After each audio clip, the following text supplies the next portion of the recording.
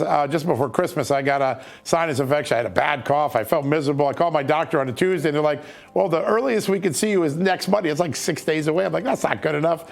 And then I was able to get a telemedicine appointment, which was great. Then I went to go get the antibiotic, and the pharmacy I went to said, oh, we're out of it. You're going to wait 2 days. Drug shortages and doctor appointment shortages are two phenomenon that are really starting to build up in the medical industry. Tell us what's been going on there, why we are seeing these sort of log jams of appointments and log jams for getting antibiotics we used to be able to get easily. Yeah, you've framed it really well. You're talking about there's two important aspects here. It's not just access to the medications themselves, but access to the physicians, to these healthcare providers. And there's various projections out there, but if you look over the next 10 to 20 years, the projections are in the tens of thousands of when we look at how the shortage of healthcare providers across the country.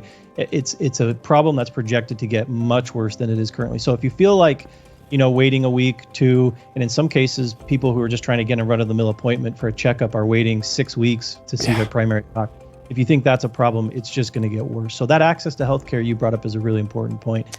The other is access to the medications themselves. If you look, the FDA maintains a record of a list of any medication that's in short supply, and that list at any given time is over 300 medications long. It also has been growing consistently. In fact, just in the last few years, it's grown by 20 to 30% in the amount of medications that are in short supply.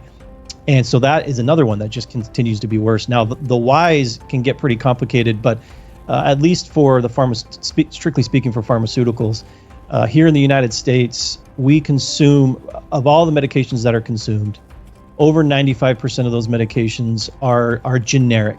They're not the name brand $5,000 a dose medications. Right. These are generic medications. They've been around for a long time. That's what we depend on day by day here in the United States and around the world. Now, of those generic medications, basically 100% of them are produced overseas. And if you look at countries like China, they've got their hand in one aspect or another in that manufacturing process in the vast majority of these generic medications. So, we've seen supply chain issues through COVID. We continue to see them in the pharmaceutical space. This was the reason why I formed Jace Medical.